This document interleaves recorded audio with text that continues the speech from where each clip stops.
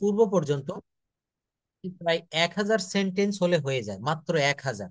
এর ভিতরে 500 সেন্টেন্স আমাদের বেশি কাজে লাগে।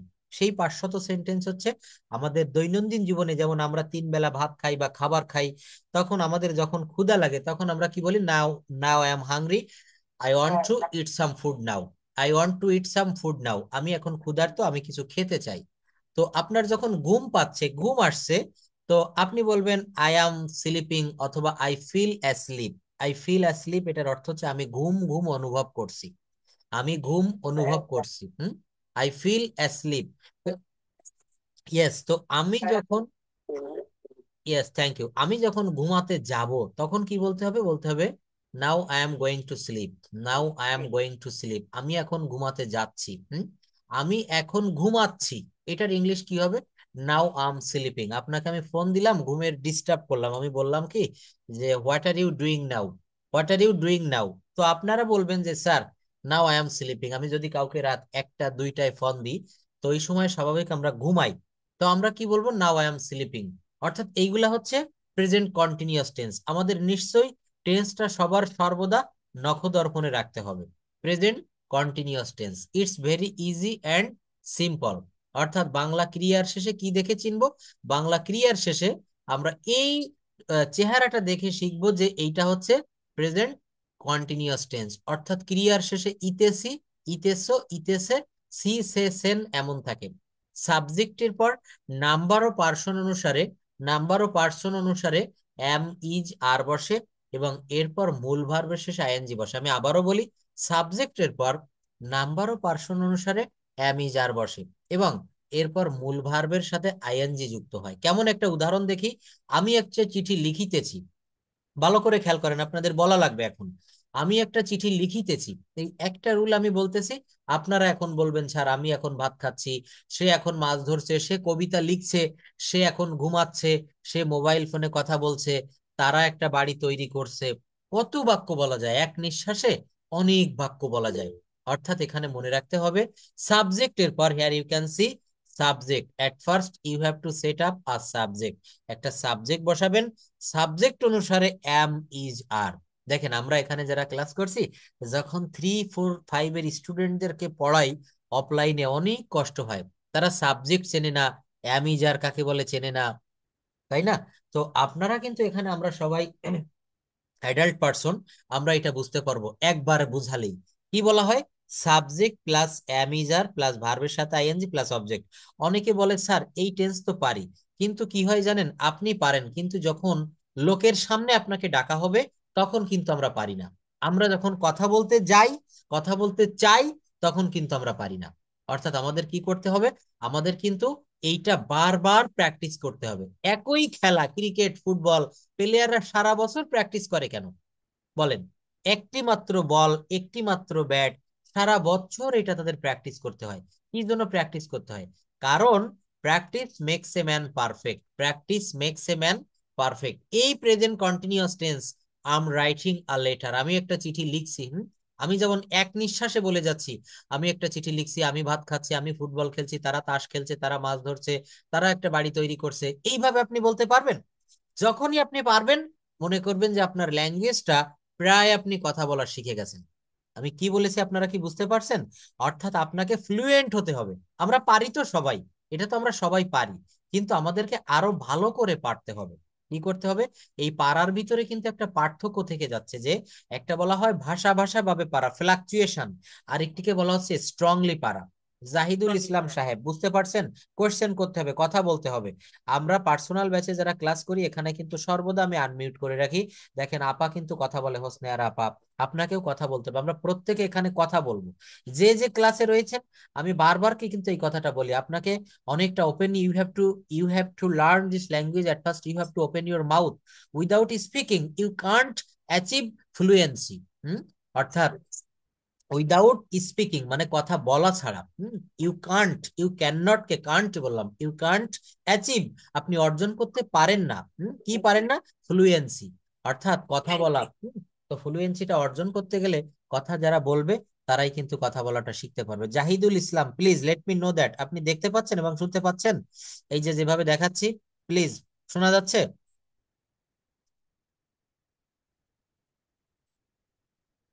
ইয়েস, জাহিদুল ইসলাম একটু বলবেন প্লিজ, আনমিউট করেন। আপনার মিউট করা রয়েছে, একটু আনমিউট করেন প্লিজ। তো দেখেন, এই যে জায়গাটা আমি বললাম না, আজকে শুনতে পাচ্ছেন ভাইয়া? Yes sir. Okay, thank you. কোনো সমস্যা হলে আমাকে বলবেন, হ্যাঁ। তো এই যে আমি যেভাবে বললাম, এখানে আমি একটা প্রশ্ন রেখে গিয়েছি আপনাদের জন্য। হ্যাঁ, আমি একটা প্রশ্ন রেখে গিয়েছি আপনাদের জন্য। প্রশ্নটা হচ্ছে কি, আমার প্রশ্নটা হচ্ছে, আমরা কথা বলতে পারি, আমরা অলরেডি কথা বলতে পারতেছি, কিন্তু আমাদের সমস্যাটা কোন জায়গায়?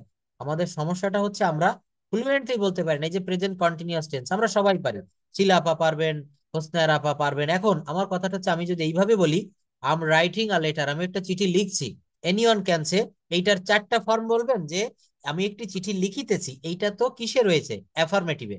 এইটার চারটা বলেন তো। এটা নেগেটিভ, ইন্টারোগেটিভ, নেগেটিভ ইন্টারোগেটিভ, এটা তারপর হুম আমি আমি, হুম আহ, এটা আমি দেখতেছি না। হুম। ডোন্ট আই লাইক লিখতেছি না। এখানে আবার ডোন্ট আনা যাবে না। যেমন আপনি প্রথম দুইটা ঠিক বলেছেন, I am writing a letter, আমি একটা চিঠি লিখিতেছি। I am not writing a letter, এই এর পরে একটা নট বসবে, অর্থাৎ আমি একটা চিঠি লিখিতেছি না। এইটা যখন ইন্টারোগেটিভ হবে, আমি কি একটা চিঠি লিখিতেছি? Am I writing a letter? Am I writing a letter? দেখেন, আমি কি একটা চিঠি লিখিতেছি? আমি কি ভাত খাচ্ছি? Am I eating rice? আমি কি ভাত খাচ্ছি? আমরা এটা ভালো করে খেয়াল করব। কিভাবে খেয়াল করব? যে কি বললাম, আমি কি ভাত খাচ্ছি? হুম, আমি কি ভাত খাচ্ছি? Am I eating rice? আমি কি স্কুলে যাচ্ছি? Am I going to school? সূত্রটা কি মনে রাখবেন? সূত্রটা মনে রাখতে হবে, এই যে একটা অক্সিলারি ভার্ব রয়েছে এম, এই এমটাকে যদি আপনি প্রথমে এনে বসিয়ে দেন, তাহলে এটা ইন্টারোগেটিভ হয়ে যায়। পৃথিবী, হ্যাঁ, পৃথিবীর সব প্রেজেন্ট কন্টিনিউয়াস টেন্সের ক্ষেত্রে এই নিয়ম প্রযোজ্য থাকবে। অর্থাৎ যেমন ছেলেরা ছেলেরা মাছ ধরিতেছে, দা বয়েজ আর ক্যাচিং ফিশ, এইটাকে যদি বলি, হ্যাঁ এটাকে যদি বলি, ছেলেরা কি মাছ ধরিতেছে, আর দা বয়েজ ক্যাচিং ফিশ? আচ্ছা, ক্যাচিং ফিশ। ইয়েস। তাহলে এইভাবে আপনি একজনের বাসায় গিয়েছেন, আপনি গিয়ে তাকে বলছেন, আর ইউ ইটিং রাইস? আপনি কি ভাত খাচ্ছেন? মনে করেন আপনার ঢাকা শহরে অনেক রিলেটিভ আছে, আমরা মাঝে মাঝে শুক্র শনিবারে ছুটির দিনে বেড়াতে যাই। তো আপনি তার বাসায় গিয়ে বলছেন, are you doing the sum? আপনি কি অঙ্ক করছেন? Are you doing homework? হ্যাঁ। Are you talking with mobile phone? Are you preparing your food? আপনি কি খাবার রান্না করছেন? আপনি আপনার এক বান্ধবীর বাসায় বেড়াতে গিয়েছেন, অনেক, সেই হাই স্কুল লেভেলের একজন বান্ধবী, তারও ঢাকা শহরে বিয়ে হয়েছে, সে থাকে, আপনাকে দাওয়াত করলো। তো আপনি গিয়ে বলছেন যে, are you ill? Are you sick? Are you well? তুমি কি অসুস্থ, বা তুমি কি সুস্থ? তাহলে এখানে আমরা কিভাবে বাক্য করব? ওই যে বি ভার্ব যদি কখনো কোনো বাক্য থাকে, বি ভার্ব যদি কোনো বাক্যে থাকে, তাহলে ওই বি ভার্বটা সবার প্রথমে আনলে ওইটা প্রশ্নবোধক হয়ে যাবে। আমাদেরকে প্রশ্ন করা শিখতে হবে, প্রচুর পরিমাণে আমরা প্রশ্ন করব। প্রশ্ন না করতে পারলে আমরা কখনোই কিন্তু কথা বলতে পারবো না। হ্যাঁ, ইউ ক্যান সি। আমাকে আপনাকে আমি বললাম যে, এখানে কাউকে আমি নাম ধরে বললাম যে আপনাকে এখন যেতে হবে। তো আপনি বললেন, স্যার আমাকে কোথায় যেতে হবে? Where to go. কিভাবে বলবেন? Where to go. যদি বলা হয় স্যার আমাকে কোথায় যেতে হবে, হোয়ার আই অ্যাম টু গো।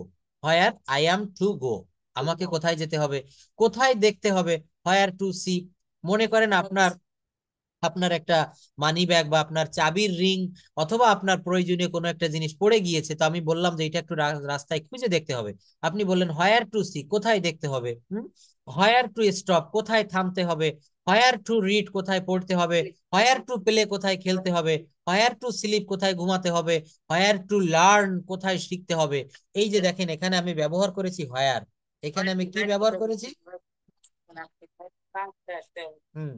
তাহলে এই যে শব্দগুলো দেখেন, এখানে কিন্তু আমি একটা সূত্র অ্যাপ্লাই করেছি। সেই সূত্রটা কি? আমার সূত্রটা হচ্ছে হয়ার, তারপর টু। প্রত্যেকটা বাক্যে দেখবেন হয়ার এর পর টু রয়েছে। কি আছে? হয়ার এর পর টু আছে। হুম। এখন এই হয়ার এর পর টু দিয়ে আপনি যদি 1000 ভার্ব বসান, 1000 রকমের বাক্য হবে। 500 ভার্ব বসালে 500 রকমের বাক্য হবে। আর যদি আপনি 100 ভার্ব বসান, 100 রকমের বাক্য হবে। অর্থাৎ আপনাকে এখানে বাক্যটা তৈরি করা শিখতে হবে। কি করতে হবে? বাক্যটা তৈরি করা শিখতে হবে। হ্যাঁ, বলেন। স্যার, এখানে হোয়ার টু মানে হচ্ছে কোথায় হবে স্যার, এটাকে আমরা হচ্ছে একটু মাথায় রাখবো নাকি স্যার, ইয়েস, তাহলে? ইয়েস, হ্যাঁ, হ্যাঁ, আমার কথা যেটা আপনি এখনো বলে পারেনি, সেইটাই আপনি বলে দিয়েছেন যে হায়ার টু অর্থ কোথায়। থ্যাঙ্কস, হ্যাঁ, থ্যাংক ইউ। অর্থাৎ আপনাকে এখানে একটা বিষয় জানতে হবে, সেটা হচ্ছে হোয়ার টু দিয়ে আমরা বাক্য গঠন করতেছি। কি দিয়ে বাক্য গঠন করতেছি? হোয়ার টু। এটা একটু মনে রাখবেন। ইয়েস, আমরা দেখি, এই যে দেখেন, কোথায় যেতে হবে, কোথায় দেখতে হবে, কোথায় থামতে হবে, কোথায় পড়তে হবে।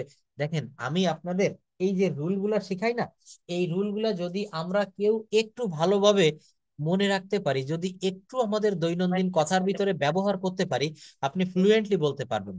আপনি এখনই ব্যবহার করেন, আমাকে কোথায় যেতে হবে, আমাকে কোথায় খেতে হবে, হ্যাঁ, আমাকে কোথায়। একজন আপনাকে ফোন করে বলল যে আপনাকে এখন একটু বাসা থেকে বের হতে হবে, তো আপনি তাকে বলছেন যে আমাকে কোথায় আসতে হবে, হাতিরঝিল আসবো, নাকি যমুনা ফিউচার পার্ক আসবো, না গুলশানে আসবো, না বনানী আসবো, না বারিধারা আসবো? তাহলে কি বলতে হবে? হোয়ার টু খাম। হোয়ার টু খাম, কোথায় আসতে হবে। হুম। কোথায় গান গাইতে হবে? Where to sing. কোথায় বসতে হবে? Where to sit. কোথায় বৃদ্ধি করতে হবে? কোথায় দাঁড়াতে হবে? কোথায় ব্যবহার করতে হবে? এই যখন কোথায় শব্দটা আসবে, আমরা এইভাবে যখন পরিবর্তন করবো যে কোথায় পড়তে হবে, কোথায় যেতে, তখন হোয়ার টু, তারপর আপনি বিভিন্ন ভার্ব ব্যবহার করবেন। হোয়ার টু, তারপর আপনি বিভিন্ন রকমের ভার্ব ব্যবহার করবেন। এই ব্যবহারটা যখন আমরা শিখে যাব, এইভাবে কিছু স্ট্রাকচার যখন আমি দেখাচ্ছি, তখন কিন্তু আমরা এগুলা প্রতিনিয়ত আমাদের কাছে সহজ হবে। কখন এটা কঠিন হবে না। ল্যাঙ্গুয়েজটা আমাদেরকে দেখেন, এইটা আপনাদেরকে গত ক্লাসে দেখিয়েছিলাম, আজকে আমি আরো একটু দেখাচ্ছি। যখন আমরা দাম, আস্কিং প্রাইস, হাউ মাস, কত দাম, হাউ মাস, হ্যাঁ, আপনি গুলশান এরিয়াতে দেখবেন অনেক শপকিপার, তারা ইংলিশ জানে, দোকানে কেনাকাটা করতে গিয়েছেন সুপার শপে, হাউ মাস, অথবা হোয়াটস দ্য প্রাইস, দাম কত, এটার দাম কত, হাউ মাস ইজ দিস। এটা আমরা ব্যবহার করব, আগামীকালকেই ব্যবহার করবো এগুলা। হাউ মাস ইজ দিস, এটার দাম কত, ওটার দাম কত, হাউ মাচ ইজ দ্যাট, এগুলার দাম কত, হাউ মাচ আর দিজ।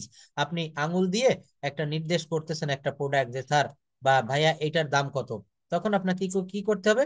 বলতে হবে what's the price of this product, what's the price of this product. অর্থাৎ এখানে কিন্তু আমরা দাম জিজ্ঞাসা করার ক্ষেত্রে আমরা এইটা ব্যবহার করব, হাউ মাচ, দাম কত, হোয়াটস দ্য প্রাইস। দেখেছেন? তো এই যে এইটা যদি আমরা একটু মনে রাখি, দাম জিজ্ঞাসা করার ক্ষেত্রে সবসময় বলবো হাউ মাচ। আমরা যদি কখনো কেজি দরে কিনতে চাই, how much is per KG, how much is.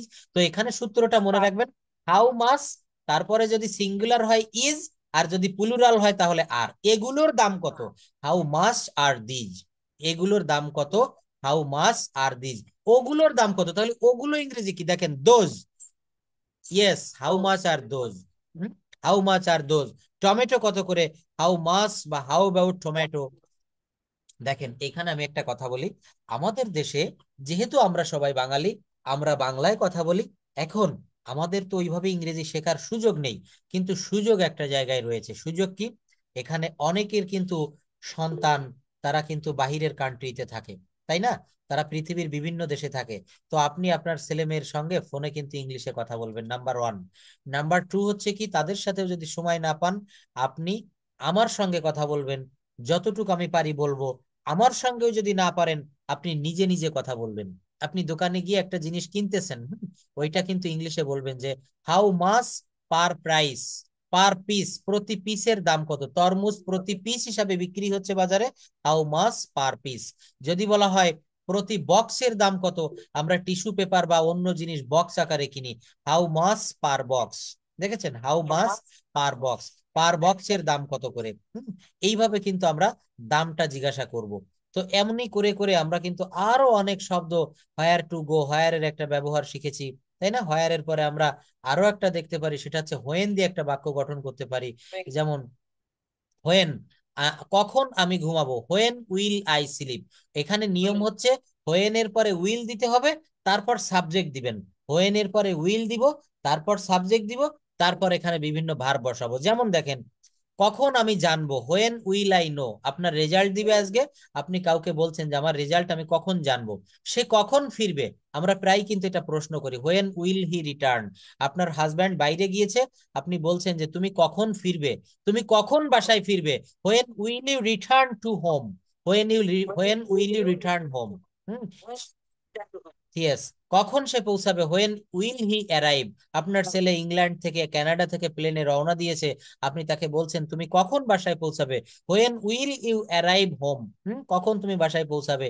সে কখন গান গাইবে, হোয়েন উইল শি সিং। সে কখন ফোন করবে, হোয়েন উইল শি কল। সে কখন আমাকে ফোন করবে, when will she call me. দেখেছেন?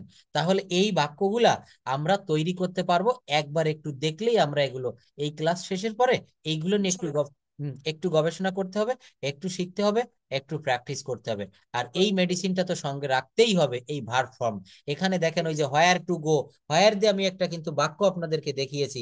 তো এই যে হোয়ারের যে ব্যবহারটা দেখালাম, হোয়ারের পরে, হোয়ার টু এর পরে বিভিন্ন ভার্ব আমি ব্যবহার করেছি, বিভিন্ন ভার্ব। তো এই সেই ভার্ব গুলা, এই জন্য বলা হচ্ছে যে এই ভার্ব গুলা কিন্তু আমাদেরকে খুব বেশি করে মুখস্থ করতে হবে। যে যত বেশি আমরা ভার্ব মুখস্থ করব, তার কিন্তু ইংরেজি বলাটা তত বেশি সহজ হবে। Make, made, made, have, had, had, drink, drank, drunk. এখানে যদি বলা হয় আমি দুধ পান করেছিলাম, তখন কিন্তু আমাকে ড্রাঙ্ক ব্যবহার করতে হবে। আই ড্রাঙ্ক মিল্ক, আমি গতকাল দুধ পান করেছিলাম। I drank milk yesterday.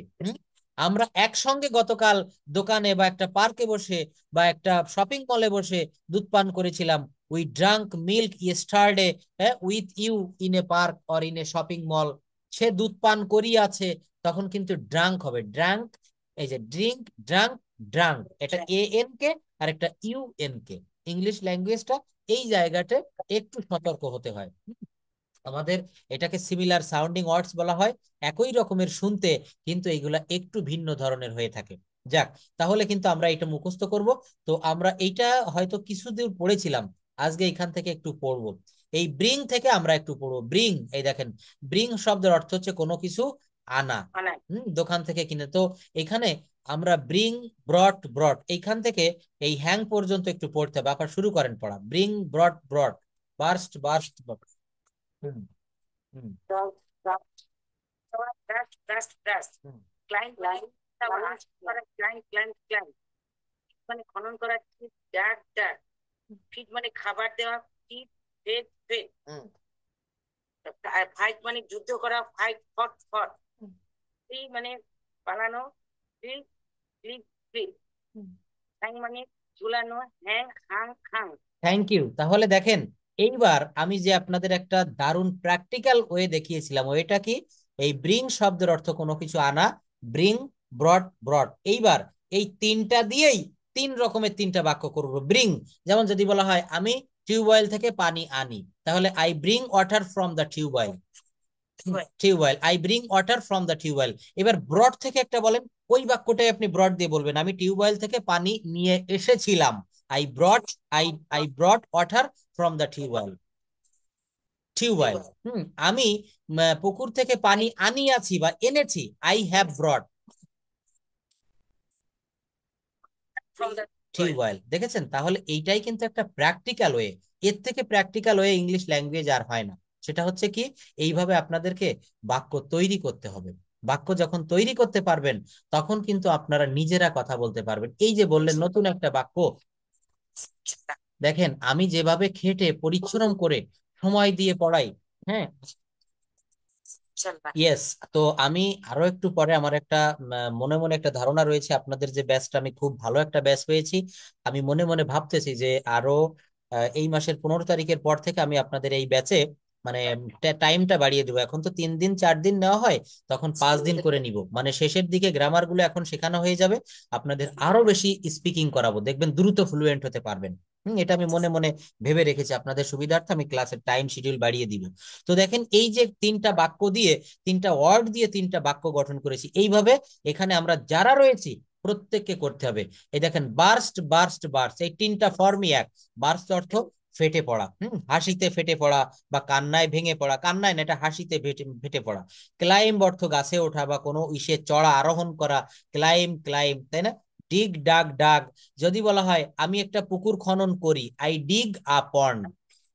I ডিগ এ পন্ড। যদি বলা হয় আমি একটা পুকুর খনন করেছিলাম, আই ডাগ এ পন্ড। হ্যাঁ, যদি বলা হয় আমি একটা পুকুর খনন করেছি, আই হ্যাভ ডাগ এ পন্ড। দেখেছেন? তাহলে এইভাবে সবাই এখানে ক্লাসে যারা রয়েছেন প্রত্যেকে একটু সাড়া দিবেন প্লিজ। এইভাবে কিন্তু আমাদেরকে বুঝতে হবে, এখানে না বুঝতে পারলে কথা বলবেন। বিলকিস আপা, শিলা আপা, সবাই কিন্তু একটু আমরা কথা বলবো। হুম এখানে আমরা সবাই পার্টিসিপেট করব, আমরা সবাই শিখবো, এখানে বাদ যাবে না কোনো শিশু। একটা ওই যে ভিটামিন এ ক্যাম্পেইন যখন খাওয়ানো হয় সারা বাংলাদেশে, এটা বলা হয়, তো এখানে আপনারা কেউই বাদ যাবেন না। প্রত্যেককে আমি কথা বলা শিখিয়ে দিব, very easy and simple way ব্যবহার করে। তো দেখেন, এইভাবে ভার্ব ফর্মটা আপনারা ব্যবহার করবেন। আর তারপর আমি টেন্স রিলেটেড এটাও দেখাবো। আমি আরো একটা বিষয় যেটা দেখিয়েছিলাম, এখন একটু শুরু করছি, এটা হচ্ছে রাইট ফর্ম অফ ভার্ব। আমরা কথা বলতে গেলে বলা হয় যে verb is called the heartbeat of a sentence and tense is called the soul of English language. টেন্সকে বলা হচ্ছে ইংরেজি ভাষার প্রাণ, আর ভার্বকে বলা হচ্ছে একটা বাক্যের প্রাণ। তো এই প্রাণ আমরা কোথায় কোথায় ভুল করি, সেই ভুলগুলো এখন আমি আপনাদের একটু দেখাচ্ছি। টু এর পরে, টু এর পরে সব সময় ভার্বের প্রেজেন্ট ফর্ম বসে, মনে রাখবেন একটু। টু এর পরে সর্বদা ভার্বের প্রেজেন্ট ফর্ম বসে। যেমন you need to do the work, এই যে টু বসেছে না, এরপরে টু ডু হয়েছে, অর্থাৎ এক কথায়, ইয়েস, এক কথায় এটাকে ইনফিনিটিভ বলা হয়। এটা বলা হচ্ছে ইনফিনিটিভের একটা ব্যবহার। যেমন দেখেন, you need to do the work in time, you went to the market to buy a shirt. হ্যাঁ, সিন্স বা ফর এর পর সময়ের উল্লেখ থাকলে সেটি প্রেজেন্ট পারফেক্ট কন্টিনিউয়াস টেন্স হয়, এটা আমরা সবাই জানি। অর্থাৎ প্রেজেন্ট পারফেক্ট কন্টিনিউয়াস টেন্সের একটা গঠন এখানে বলা হয়েছে, he has been doing the work since the morning. It has been raining for 2 hours, 2 ঘন্টা ধরে বৃষ্টি হচ্ছে। এই যে হ্যাজ বিন রেইনিং, অর্থাৎ যাবত বা ধরে থাকলে ফর, আর হইতে থেকেছে এটা থাকলে সিন্স। যেমন সে, আমরা 1980 সাল থেকে এই বাড়িতে বসবাস করছি, 1980 সাল থেকে। We have been living, yes, we have been living in this house since 1980, since 1980। অর্থাৎ এখানে বলা হচ্ছে সিন্স বা ফর এর পর সময়ের উল্লেখ থাকলে সেই বাক্যটি প্রেজেন্ট পারফেক্ট কন্টিনিউয়াস টেন্সের নিয়ম অনুসারে করতে হবে, এটা মনে রাখবো। ইট has been raining for 2 hours. If দ্বারা যুক্ত ক্লজটি যদি প্রেজেন্ট ইনডেফিনাইট টেন্স হয়, তাহলে তার পরের ক্লজটি ফিউচার ইনডেফিনিট টেন্স হবে। আমি ক্লজটা আপনাদের আরো একটু ভালো করে করাবো। এই ক্লজের ব্যবহারটা খুব বড় একটা বিশাল বিশাল ব্যাপার। যেমন বলা হচ্ছে, দেখেন রুল 13, ইফ দ্বারা যুক্ত ক্লজ, দুইটা ক্লজ, ক্লজ মানে হচ্ছে কি বাক্য অংশ। ইফ দ্বারা যুক্ত ক্লজটি যদি প্রেজেন্ট ইনডেফিনিট টেন্স হয়, তাহলে পরের ক্লজটি ফিউচার ইনডেফিনিট হবে। কেমন দেখেন, দুইটা ক্লজ, এখানে আমি একটু বড় করে দেই। হুম, এখানে আমি দুইটা ক্লজ নিয়ে এসেছি। দুইটা ক্লজ হচ্ছে, ইয়েস, ইফ হি কামস, দেখেন এইটা, হ্যাঁ, ইফ হি কামস এটা প্রেজেন্ট ইনডেফিনিট আছে না, তাহলে পরের ক্লজটা ফিউচার ইনডেফিনিট হবে। যদি সে আসে তাহলে আমি যাব, যদি সে আমাকে ফোন করে তাহলে আমি তার ফোন ধরবো, যদি সে আমাকে টাকা ধার দেয় তাহলে আমি মোবাইলটা কিনবো। অর্থাৎ মনে রাখবেন, বাম পার্শ্বের বা প্রথম ক্লজটি যদি প্রেজেন্ট ইনডেফিনিট টেন্স হয়, পরের ক্লজটা ফিউচার ইনডেফিনিট টেন্স হয়। একেবারে সহজ একটা নিয়ম, মনে রাখবেন সারা জীবন সব জায়গায় আপনাকে এই ক্লজ দিয়ে বাক্যটা করতে হবে। কি করতে হবে, এখানে বলা হচ্ছে ইফ দ্বারা যুক্ত ক্লজ। ইফ দ্বারা যুক্ত ক্লজটি যদি প্রেজেন্ট ইনডেফিনিট টেন্স হয়, তাহলে তার পরের ক্লজটি ফিউচার ইনডেফিনিট টেন্স হবে। If he comes I will go. তারপর if you help me I will do it, যদি তুমি আমাকে সাহায্য করো আমি এটা করব। If you lend me some money, যদি তুমি আমাকে কিছু টাকা ধার দাও, I will buy an iPhone, আমি একটা আইফোন কিনবো। হুম, তাহলে এই বাক্যটা কিন্তু এই নিয়মে। দেখেন এই ভার্বের ভুলগুলা আমরা প্রায়ই করে থাকি, যে ইফ হি কামস আমরা এখানে কিন্তু কাম বসিয়ে দেই, কিন্তু এটা কামস হবে। কেন হবে, এখানে হি রয়েছে থার্ড পারসন সিঙ্গুলার নাম্বার একজন, এবং বাক্যটা প্রেজেন্ট ইনডেফিনিট টেন্স, এই জন্য এখানে কামস হয়েছে। If he comes present indefinite টেন্সের একটা বাক্য, একটা ক্লজ, আর পরের ক্লজটা ফিউচার ইনডেফিনিট হবে। তাহলে এই রুলটা আমাদের মনে হয় আর কোনো কারো সমস্যা থাকবে না। দেখেন, আচ্ছা, আমাদের মে দিবসের ছুটি চলছে। ইয়েস, হ্যাঁ, কন্ডিশনাল। তো আমাদের মে দিবসের ছুটি চলছে। আমি সবাইকে এটা বলে রাখবো যে আমরা এখানে যারা কর্মজীবী মায়েরা রয়েছি বা এখানে বিভিন্ন জবে থাকি, আমরা কিন্তু যেদিন আমাদের বাসা থেকে বের হতে হয়, সারাদিন অনেক ব্যস্ত থাকতে হয়। যারা কাজ চাকরি করে তারা জানে। তো আমি এইটা বলতে চাচ্ছি, আমাদের এখন পর পর প্রায় 3 দিনের ছুটি। আজকে বৃহস্পতিবার, কালকে শুক্রবার, পরের দিন আবার শনিবার। তো এই ছুটির দিনগুলাতে আমার শিটগুলা, আমার রেকর্ড ক্লাসগুলা একটু বেশি পড়বেন। সোহাগ স্যারের বইটা যারা নিয়েছেন, বইটা একটু বেশি পড়বেন। বাসায় অন্য কোনো যদি আইটেম থাকে, কোনো ম্যাগাজিন বা অন্য কোনো গ্রামার বই, অর্থাৎ বলতে চাচ্ছি ছুটির দিনগুলোতে একটু পড়ে এগিয়ে রাখবেন। এটা নিজে নিজে আগামীকাল এখানে এই মুহূর্তে যারা ক্লাস করছেন সবাইকে আমি আরেকটা বাড়তি হোমওয়ার্ক দিচ্ছি। সেটা হচ্ছে, এখানে প্রায় 7-8 জন আপনারা ক্লাস করছেন, রুমা আপা, বিলকিস আপা। তো আপনারা সবাই একটা কাজ করবেন, সেটা হচ্ছে সবার ডেইলি অ্যাক্টিভিটিস, আমরা সারাদিন কি কি করি, এইটা কাইন্ডলি মাত্র 3 থেকে 4 মিনিট বা 2 মিনিটে করলেও হবে। 24 ঘন্টার ভিতরে 2টা মিনিট আমাকে দিবেন। অর্থাৎ আপনার ডেইলি অ্যাক্টিভিটিস ফোনে আপনি রেকর্ড করবেন, আপনার ফোনে রেকর্ডিং অপশন রয়েছে। ইয়েস, ওই রেকর্ড করে ওইটা আমাকে হোয়াটসঅ্যাপে পাঠাবেন, প্রত্যেকে আমাকে পাঠাবেন। হুম, বলেন। যদি ভুল হয় হ্যাঁ, ঠিক করে দিবে। হ্যাঁ, সাউন্ডে কি সমস্যা হচ্ছে, শোনা যাচ্ছে না? না শোনা যাচ্ছে স্যার, দিব স্যার। হ্যাঁ, হ্যাঁ, এইটা দিবেন। এইটা কালকেই সবাই, কালকে বা শনিবারে, অর্থাৎ এই যে 3টা দিন ছুটি, আমি কিন্তু এটাতে মার্ক দিব, আপনাদের মার্কিং থাকবে, 10-এর ভিতরে মার্ক দিব, এবং কে কত মার্ক পেয়েছেন এটা কিন্তু আমি জানিয়ে দিব। অর্থাৎ সমস্যা হবে ফিডব্যাক দিবেন স্যার। অবশ্যই ফিডব্যাক দিব তো এইটা। হ্যাঁ, হ্যাঁ, বলেন।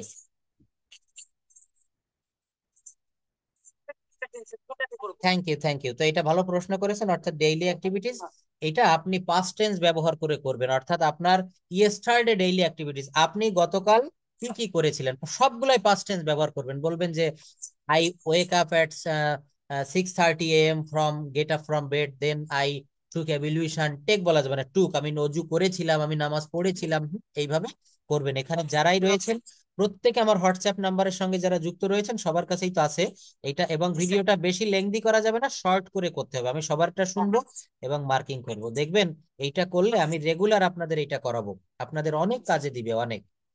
তো দেখেন পরে নেক্সট রুলে কি রয়েছে, নেক্সট রুল রয়েছে with a view to, look forward to এর পর ভার্বের সঙ্গে আইএনজি যুক্ত হয়।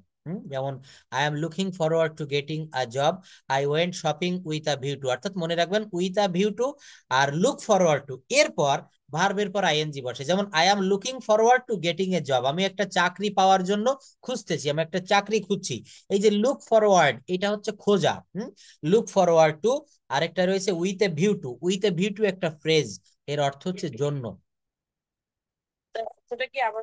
হ্যাঁ, লুক ফরওয়ার্ড মানে হচ্ছে খোঁজা, খোঁজ করা, কোনো কিছু অনুসন্ধান করা। আর উইথ আ ভিউ টু এটার অর্থ হচ্ছে জন্য। যেমন আমি ঢাকায় গিয়েছিলাম একটা বাইক কেনার জন্য, আমি কলকাতায় গিয়েছিলাম চিকিৎসা হওয়ার জন্য, আমি আমেরিকাতে গিয়েছিলাম একটু ঘোরার জন্য, এটা হবে with a view two.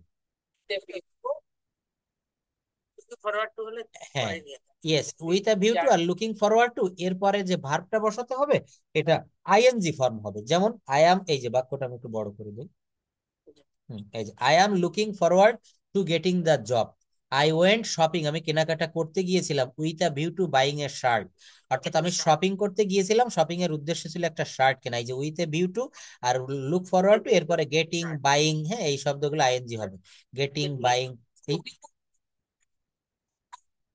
Yes, হ্যাঁ, উইথ এ ভিউ টু শব্দের অর্থ হচ্ছে জন্য, কোনো কিছু করার জন্য, খাওয়ার জন্য। হ্যাঁ, হ্যাঁ, হ্যাঁ, হ্যাঁ, হ্যাঁ, এরকম শুনলে তখন উইথ এ ভিউ টু বসবে। Thank you. তো এইটা আপনারা একটু ব্যবহার করবেন আপনাদের দৈনন্দিন জীবনে। আমি বেশি যে রুল বেশি করাই না, যেগুলা করাই প্রতিদিন একটু রুল গুলো ব্যবহার করতে হবে। হ্যাঁ, অবশ্যই দিয়ে, আমি তো সবগুলোই গ্রুপে দিয়ে দেই ক্লাস। হুম, হুম, হুম, দিয়ে দিব, এটা দিয়ে দিব। হ্যাঁ, তারপর দেখেন বাই এর পরে ভার্বের সঙ্গে আইএনজি যুক্ত হয়, কি বললাম, বাই এর পরে ভার্বের সঙ্গে আইএনজি যুক্ত হয়, আমরা একটু দেখি এটা।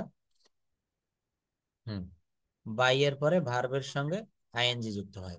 যেমন বাই এর পরে ভার্বের সাথে আইএনজি যোগ হবে, যেমন she expressed her feelings by crying, বলছে শি এক্সপ্রেসড হার ফিলিংস, সে তার অনুভূতি প্রকাশ করেছিল, এক্সপ্রেস এর পরে ইডি রয়েছে, এক্সপ্রেসড হার ফিলিংস, সে তার অনুভূতি প্রকাশ করেছিল বাই ক্রাইং মানে কেঁদে। দেখবেন অনেকে যখন দুঃখ পায় কান্না করে দেয়, তাই না? অনেকে যখন রাগ হয় নিজের হাত নিজে কাটে, এমন অনেককে আমি দেখেছি। ইয়েস, হ্যাঁ, তো এইখানে আমরা কি বলবো যে বাই এর পরে ভার্বের সাথে আইএনজি যোগ হবে, যেমন she expressed her feelings by crying. তারপর বাই ডিগিং দ্য ল্যান্ড, পুকুরটি, জমিটি খনন করার দ্বারা, শি প্লান্টেড ট্রিজ, অর্থাৎ পুকুর খনন করে মাটি পুকুরের পাড়ে তুলেছিল এবং এই জায়গায় সে চারা গাছ রোপণ করেছিল। এই যে বাই ডিগিং দ্য ল্যান্ড, জমিটা খনন করার দ্বারা, সে অর্থাৎ এইগুলাকে জিরান্ড বলা হয়। আমি জিরান্ডের একটা ব্যবহার পড়াবো তখন বুঝতে পারবো, মনে রাখবেন বাই এর পরে ভার্বের সাথে আইএনজি যোগ হয়। ইয়েস, এটাকে বাই প্লাস জিরান্ড বলে। হ্যাঁ, বাই প্লাস জিরান্ড রয়েছে, উইদাউট প্লাস জিরান্ড রয়েছে, অর্থাৎ ভার্বের পর আইএনজি দিলে জিরান্ড হয়ে যায়। আর জিরান্ডটা সবসময় একটা চলমান ভাব বা একটা, এটা প্রেজেন্ট পার্টিসিপল হয়ে যায় জিরান্ড ব্যবহার করে। এই যে যেমন শি এক্সপ্রেসড হার ফিলিংস, হ্যাঁ অ্যাবাউট এর পরে আইএনজি হয়, by plus gerund, without plus gerund, জিরান্ডের একটা ক্লাসে গিয়ে তখন বুঝবেন এটা। তো বলা হচ্ছে সে, দেখেন কথা বলতে গেলে স্পোকেন ইংলিশে আপনাদের কিন্তু আমি কখনোই বলি না যে আপনারা পাস্ট পারফেক্ট কন্টিনিউয়াস টেন্সটা ভালো করে শিখবেন, ফিউচার পারফেক্ট কন্টিনিউয়াস টেন্সটা ভালো করে শিখবেন, এটা আমি বলি না। কেন বলি না? কারণ একটু বিবেচনা করে দেখেন, আমাদের সারা দিনের কথার ভিতরে কখনো পাস্ট পারফেক্ট টেন্স লাগে না, ফিউচার, হ্যাঁ, ফিউচার পারফেক্ট কন্টিনিউয়াস টেন্স লাগে না। তো যা আমার লাগে না সেগুলো আমাদের ব্রেনের ভিতরে নিয়ে আমি অযথা বার্ডেন সৃষ্টি করব, কেন কেন বোঝা সৃষ্টি করব? তো এই যে রুলগুলা এইগুলাই লাগে, আমি এইগুলাই শিখাই। যারা একটু পরিশ্রম করে, যে টিচাররা পড়ায় এবং স্টুডেন্টও যদি একটু তৎপর হয়, এই ল্যাঙ্গুয়েজটা খুবই সহজ, বিশ্বাস করেন। আমার কাছে, এটা আমি নিজের প্রশংসা নিজে করছি না, তবে এটা বলতে পারছি, আমি একটা সময় অফলাইনে প্রচুর পড়াতাম আমার খুলনা শহরে। তো আমার অনেক স্টুডেন্ট আমার হাত দিয়ে ক্লাস 10-এ এসএসসি পরীক্ষার 3 মাস আগে এসেছে, সে টেস্টে ফেল করেছে। 3 মাস আগে এসে তার গার্ডিয়ান বলছে যে স্যার একটু ইংরেজিটা পড়ায় দেন। তো আমি তো আসলে, ওই স্টুডেন্ট তো একেবারে খুব মানে একেবারে ডাল স্টুডেন্ট, হগা যেটাকে বলে, আমি নিলাম তার গার্ডিয়ানের অনুনয় বিনয়ের কারণে নিয়ে আমি তাকে এমন পরিশ্রম করলাম, এমন ভাবে 3 মাস তাকে নার্সিং করলাম, সে ইংলিশে বোর্ড পরীক্ষায় 2টা পেপারেই 85 করে পেয়েছে, 85 করে, 85 করে। তো এইটা কি জানেন, এইটা হচ্ছে যে পরিশ্রম আমিও করব, আপনারাও করবেন। এবং আমার যে পরিশ্রমের জায়গাটা, আমি এটা বলছি যে ল্যাঙ্গুয়েজটা শিখতে গেলে নির্দিষ্ট কিছু জায়গা আছে, ওই যে আপনাদের আমি, হ্যাঁ, ইয়েস, এই আমি কিন্তু আমার ফ্রি ক্লাসে বা আমি যখন প্রথম দিকে বলেছিলাম যে এই ল্যাঙ্গুয়েজটা শিখতে গেলে প্রথমে আমাদেরকে খেয়াল রাখতে হবে আমরা কোথা থেকে শুরু করব আর কোথায় শেষ করব। যারা বিসিএস ক্যাডার হয়, আমার পাশের গ্রামের বাড়িতে, আমার গ্রামের পাশের বাড়ি, আমার এক বড় ভাই, সে গত 43তম ক্যাডারে, প্রশাসন ক্যাডারে ক্যাডার হয়েছে, তো নির্বাহী ম্যাজিস্ট্রেট। তো সে আমাকে একটা কথা বলছিল যে বিসিএস পেতে গেলে কি পড়তে হবে আর কি পড়তে হবে না এইটাই আগে খুঁজে বের করতে হবে। অর্থাৎ আমি তো সারা বাংলাদেশের লাইব্রেরিতে যে কোনো বইয়ের দোকানে অনেক বই পাওয়া যায়, আমি তো আর সব পড়বো না। বিসিএস এর একটা সিলেবাস রয়েছে, এখানে পড়তে হবে অনেক, কিন্তু আমাকে কি বাদ দিতে হবে এইটা আগে বুঝতে হবে।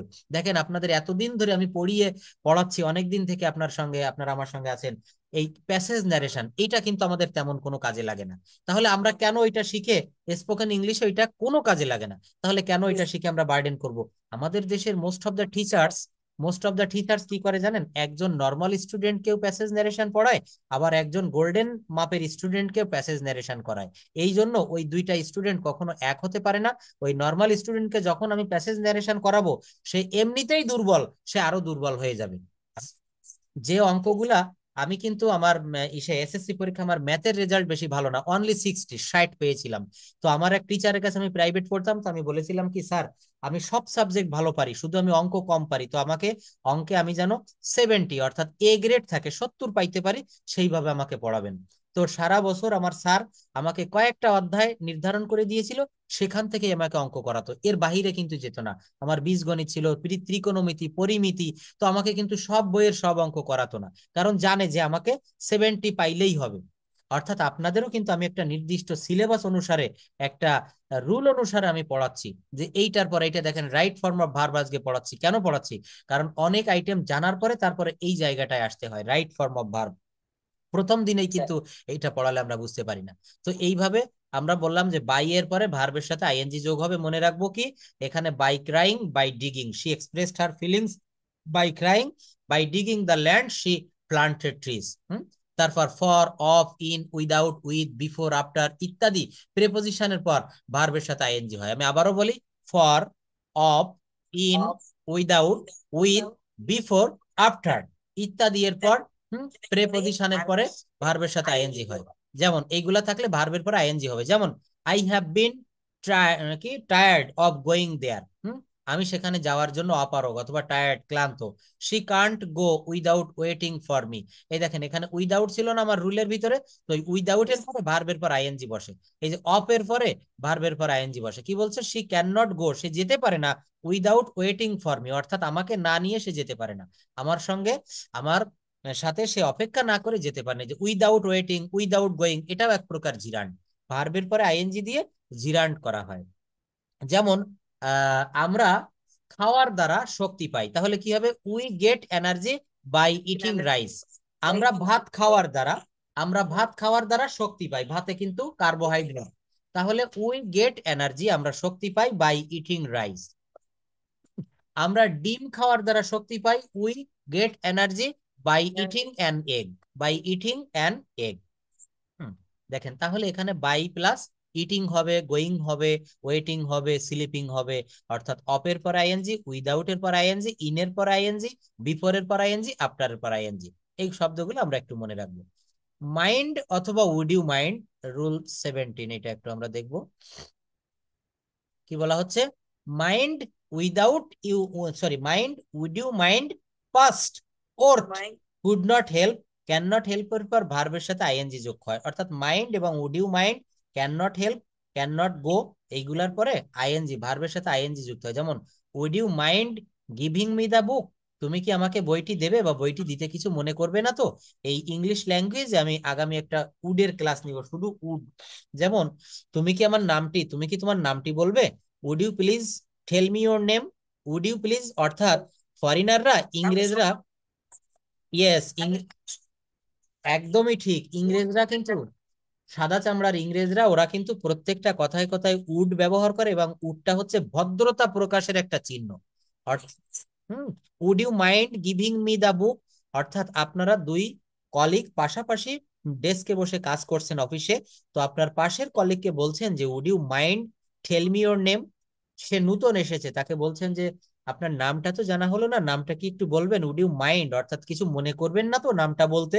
Would you mind giving the book, giving me the book, আপনার টেবিলে যে বইটা ওটা দয়া করে আমাকে একটু দিবেন। এখানে কিন্তু উডের ব্যবহার করা হয়, would. Hmm, he can not help doing the assignment, দেখেন, he can not help doing the assignment, অর্থাৎ সে অ্যাসাইনমেন্টটি না করে পারে না। Can not help, can not do, can not, but এরপরে কিন্তু আইএনজি হয়, যে ক্যান নট হেল্প এরপরে পরের ভার্বটা আইএনজি হয়, he can not help doing the assignment. Would you mind, অর্থাৎ বলা হচ্ছে মাইন্ড, উড ইউ মাইন্ড, এই পাস্ট টেন্সের কোনো বাক্য ওর্থ বা can not help, could not help, এইগুলা থাকলে পরে ভার্বের সঙ্গে আইএনজি যুক্ত হয়। এগুলো পরে আরেকবার একটু পড়বেন, দেখবেন ইজি হয়ে যাবে। সেটা তো আমি বলেই দিয়েছি, এখন ছুটির সময় চলছে, এই ছুটির গণে আপনারা একটু বেশি পড়ে রাখবেন, একটু আগায় রাখতে হবে। সেন্টেন্সের শুরুতে যদি দেখেন, ইংলিশে একটা কথা আছে, you can make a horse, sorry, you can take a horse near the river, অর্থাৎ তুমি একটা ঘোড়াকে নদীর ধারে নিয়ে যেতে পারো, but you can not make him drink water, positive ভার্বের একটা ব্যবহার, you can not make him drink water, এটার একটা বাংলা অর্থ হচ্ছে কি, ঘোড়াকে নদীর পাশে নিয়ে যাওয়া যায়, কিন্তু তাকে জোর করিয়ে পানি পান করিয়ে দেওয়া যায় না। অর্থাৎ এখানে এইটা বোঝানো হয়, কোনো মানুষ যদি ইচ্ছাকৃতভাবে কোনো জিনিস, কোনো কাজ না শেখে, তাকে কিন্তু জোর করিয়ে করে দেওয়া যায় না। টিচার কি করে? টিচার কিন্তু আমাদের ফ্যাসিলিটেটর, অর্থাৎ আমাদের পড়াটাকে একটা সহজ পথ দেখাই দিতে পারে। আপনি আমার কাছে শুনছেন যে আমি অমুকের বাড়িতে কোথায় যাব, গ্রামের বাড়ি গিয়েছেন, গ্রামে একজনের বাড়ি, চেয়ারম্যান সাহেবের বাড়ি যাবেন, আপনি চিনেন না, তো আমার কাছে বললেন যে ভাইয়া এই চেয়ারম্যানের বাড়ি কোথায় যাব, তো আমি বললাম যে এইখান থেকে আপনি সামনে ওই একটা দোকান দেখা যাচ্ছে, ওই পর্যন্ত হেঁটে যাবেন, ওইখান থেকে আবার বায়ে আপনি মোড় নিবেন, ওইখান থেকে আবার 2 মিনিট হাঁটবেন, দেখবেন একটা প্রাইমারি স্কুল রয়েছে, স্কুলের পাশেই চেয়ারম্যানের বাড়ি। আমি রাস্তাটা বলে দিলাম, রাস্তায় হাঁটবে কে?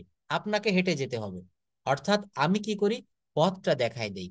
পড়তে হবে কিন্তু স্টুডেন্টদেরকে, লার্নারদেরকে লার্ন করতে হবে। টিচার কি করে? টিচ দিয়ে কিন্তু ছেড়ে দেয়, শিক্ষা দিয়ে ছেড়ে দেয়। এই যে ক্লাসটা, এখানে অনেকেই আমি জানি এই ক্লাসটা পরবর্তীতে আবার দেখে, যখন ফ্রি টাইম পায় তখন রেকর্ড ক্লাসগুলো দেখে, শিট গুলাতে একটু চোখ বুলায়, তাই না? এইটা করতে হবে, এটা করলে আমাদের যে কাঙ্ক্ষিত স্বপ্ন, সেই স্বপ্ন বাস্তব হয়ে সত্য হয়ে ধরা দিবে। নেক্সট, সেন্টেন্সের শুরুতে যদি উড দ্যাট থাকে, তাহলে সাবজেক্টের পরে কুড বসে এবং এরপরে ভার্বের প্রেজেন্ট ফর্ম বসে। সেন্টেন্সের শুরুতে যদি উড দ্যাট থাকে, তাহলে সাবজেক্টের পরে কুড বসে এবং এরপর প্রেজেন্ট ফর্ম বসে। যেমন দেখেন, উড দ্যাট আই কুড, মনে রাখবেন, would that I could, would that দিলেই I could, he could, they could বসাতে হবে। যেমন would that I could be a writer like Humayun Ahmed, এটার অর্থ কি? আমি যদি হুমায়ুন আহমেদের মতো একজন লেখক হতে পারতাম। Would that I could, can মানে পারা, আর ক্যানের পাস্ট ফর্ম বসেছে could. Would that I could be a writer like Humayun Ahmed, would that I could buy a Toyota car, অনেকেই টয়োটা গাড়ি চলে, জাপানি কোম্পানি টয়োটা, মার্সিডিজ বেঞ্জ, তারপরে ফিরারি, ল্যাম্বরগিনি, রোলস রয়েলস, অনেক দামি দামি গাড়ি। তো কেউ বলছে, হুম, তো কেউ বলছে যে would that I could buy আর টয়োটা কার, আর ল্যাম্বরগিনি, এ মার্সিডিজ বেঞ্জ, তাহলে এগুলা কি হবে? Would that I could. BMW, হ্যাঁ। এটা তাহলে কি হবে, উড দ্যাট আই কুড, এর অর্থ হচ্ছে আমি যদি পারতাম। সেন্টেন্সের শুরুতে যদি উড দ্যাট থাকে তাহলে সাবজেক্টের পরে কুড বসে, মনে রাখবেন। এই দেখেন সাবজেক্ট হচ্ছে আই, আই এর পরে কুড বসেছে, মনে রাখতে হবে। উড দ্যাট বসালে তারপরে কুড ব্যবহার করতে হবে, উড দ্যাট বসালে তারপর আমরা কুড ব্যবহার করব। তো এখানে আজকে রুল 18 পর্যন্ত থাকবে, 18 পর্যন্ত। আরো রুলগুলো আমরা আগামীতে মানে এখন আবারও দেখবো যখন সময় পাই। তার আগে আমরা এইখানে একটু চলে আসি প্র্যাকটিক্যাল জায়গাটায়। এখানে আমরা কিছু টেন্স করব। জলি, বলেন বলেন। ডে 7 এর কাজ দেওয়া ছিল। সুন্দর সুন্দর মনে করিয়ে দেওয়ার জন্য ধন্যবাদ। ডে 7 এর কাজ এই যে দেখেন, আমি ডে 7 আপনাদের সামনে হাজির করেছি। তারা কি পরীক্ষায় পাশ করেছে? আমি 5 ঘন্টা ধরে পড়ছি, সকাল থেকে বৃষ্টি হচ্ছে। তো এই বাক্যগুলো বলতে হবে, যে বলবে পরপর 3টে 4টে বলে যাবে। হ্যাঁ, এনিওয়ান ক্যান সে।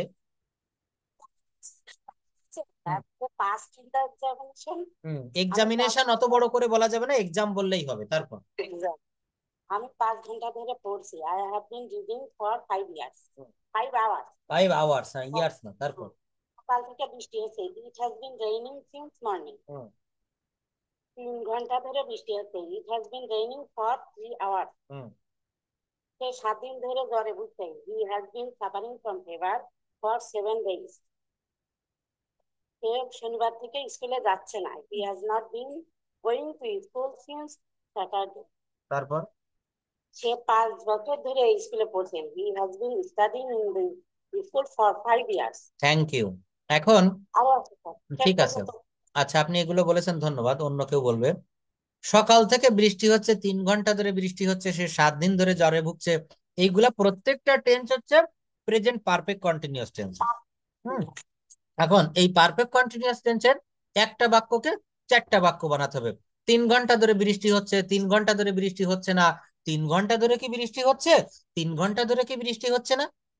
যত রকমের বাক্য আপনার সামনে আসবে, যত রকমের বাক্য আপনার সামনে আসবে, প্রত্যেকটা বাক্যকে কিন্তু এইভাবে করতে হবে। তাহলে আপনি বাক্য মানে বৃদ্ধি করতে পারবেন।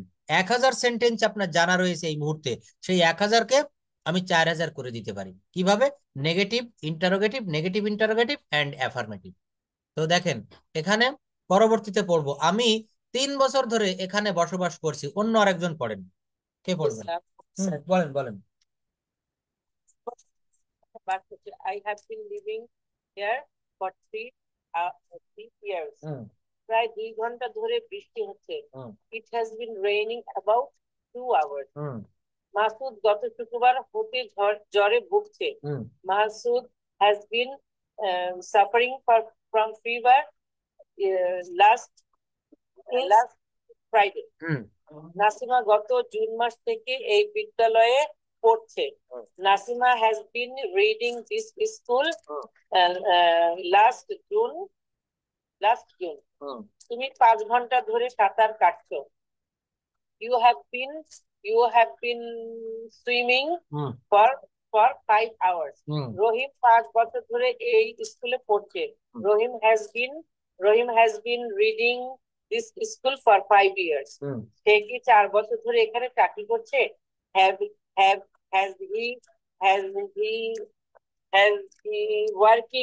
Has he working here for 5 years? Thank you. ঠিক আছে ঠিক আছে, বাক্য ঠিক আছে। অথবা has he doing the job here for 5 years working, অথবা ডুইং দ্য জব বললে হবে। আমি 2 ঘন্টা ধরে আপনার জন্য অপেক্ষা করছি। অন্য আরেকজন পড়েন, কে পড়বেন? Anyone can say, quickly read please. Time is going, time is flying like an arrow. সময় তীরের বেগে ছুটিয়া যায়, ছুটিয়া যাচ্ছে। পড়েন পড়েন দ্রুত।